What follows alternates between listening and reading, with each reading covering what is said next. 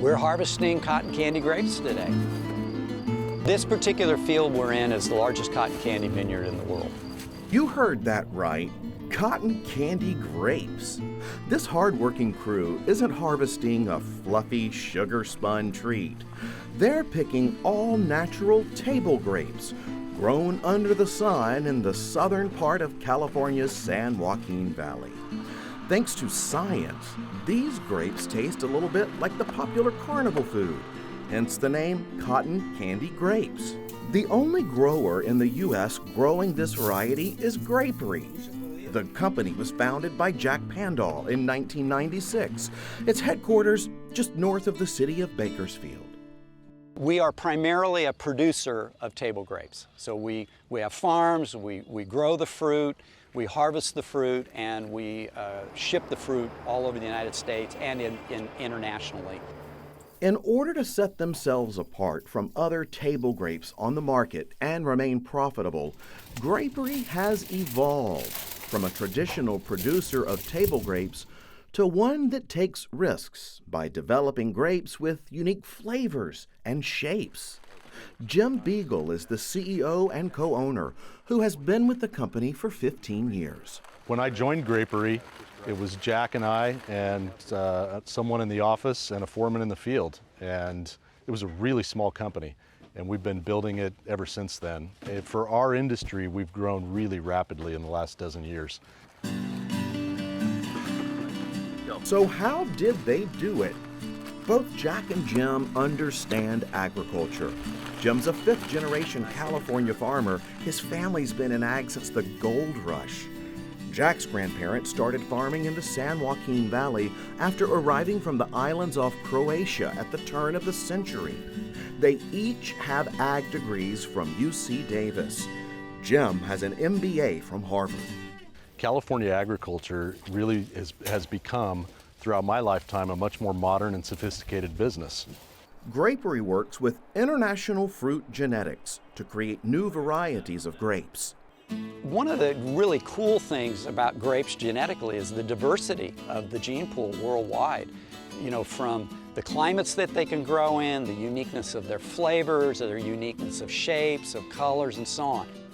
Developing a new grape variety is no easy task. Sometimes it's a success. A lot of times, it's not.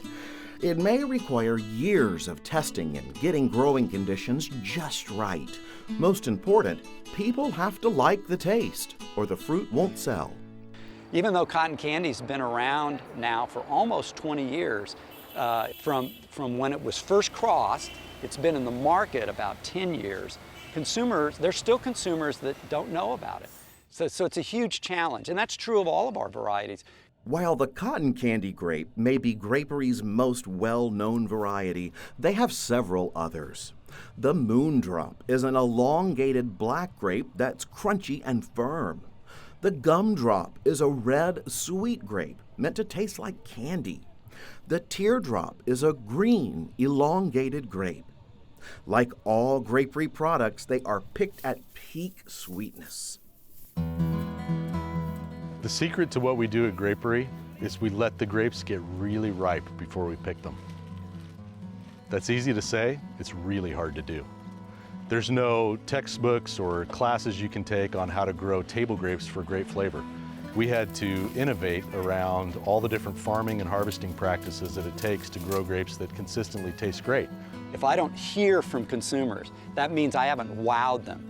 I have to deliver a product that is so fantastic that people will take the time to, send a Facebook or an Instagram message or an email to us or TikTok. So it's all about the eating experience for the consumer. California farms produce 99% of the table grapes sold in the United States, keeping a fresh supply of grapes in stores from May to January. Harvest starts in the spring at farms in Southern California's Coachella Valley. By the middle of the summer, harvest is in full swing at farms like Grapery in the San Joaquin Valley. But no matter the season, the goal is the same: to produce the world's premier grapes. We have to tell our story about why these are great tasting grapes and give people a reason to try our grapes for the first time and to follow us and engage with us and try our new varieties as they come out.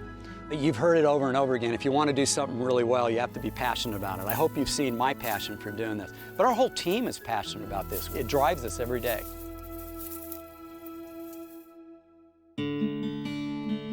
You may wonder about the difference between table grapes, which are meant for snacking, and wine grapes, which are grown for, well, wine. Table grapes are generally seedless, plump, and have a thin skin, giving them a nice pop when you bite into them. Wine grapes have thicker skin, contain seeds, and are smaller in size. Wine grapes are also much sweeter than table grapes, which is important because high sugar levels are needed during fermentation to convert to alcohol. Wine grapes are harvested later in the season than table grapes, allowing those sugars to concentrate.